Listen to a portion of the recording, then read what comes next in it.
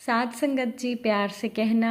धन निरंकार जी, आप सभी का बहुत बहुत स्वागत है हमारे चैनल पर, जिसका नाम है अनमोल साखियाँ, जहाँ हम रोज़ आपके लिए नई नई साखियाँ लेकर आते हैं। आज फिर हम आपके लिए एक बहुत ही खूबसूरत साखी लेकर आए हैं। चलिए साखी सुनते हैं साथ संगत जी। एक बार एक राजा एक व्यक्ति के काम से बहुत खुश हुआ। राजा ने उस व्यक्ति को अपने पास बुलाकर कहा कि तेरी मेहनत, वफादारी और हिम्मत से मैं बहुत खुश हूँ, इसीलिए मैं आज तुझे कुछ इनाम देना चाहता हूँ। फिर उसने कहा कि काम तो चाहे तुमने लगभग 500 रुपये जितना किया है, पर मैं तुम्हें कुछ इससे ज़्यादा देना चाहता हूँ।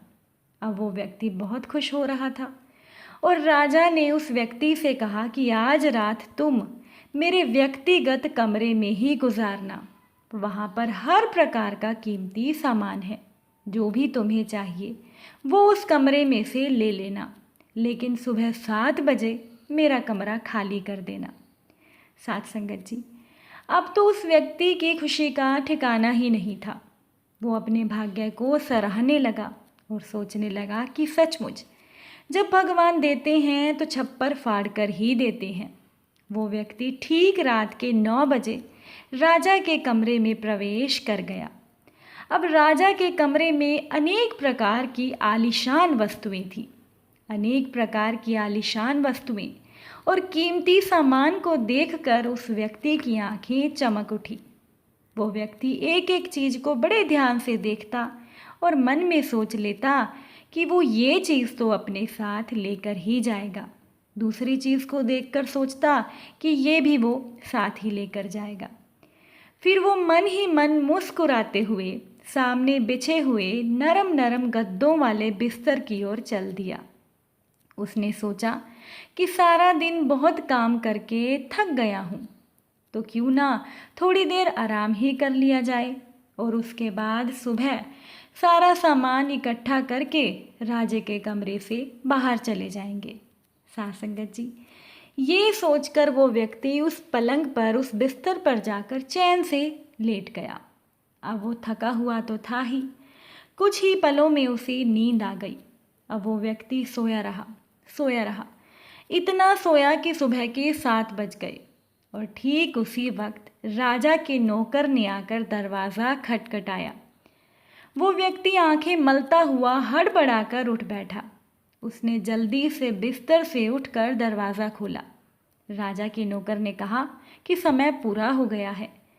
उस व्यक्ति ने घड़ी की तरफ देखा और कमरे से बाहर निकलते वक्त सामान तो बांध कर रखा नहीं था, सो एक टेबल लैंप को ही खींचता हुआ बाहर ले आया। साथ संगत जी, किसी से पूछने पर उसे मालूम हुआ कि उस टेबल लैंप की कीमत कुल 500 रुपये ही है। जितना उस व्यक्ति ने काम किया था उतनी ही उसको प्राप्ति हो गई। साथ संगत जी, ज़रा सोचिए, सारा कमरा कीमती सामान, आलीशान वस्तुओं से भरा हुआ उस व्यक्ति के सामने था। वो उसमें से जितना चाहे ले सकता था, परंतु तकदीर के बिना मनुष्य को कुछ भी प्राप्त नहीं होता, चाहे कारण कोई भी हो, जैसे नींद का।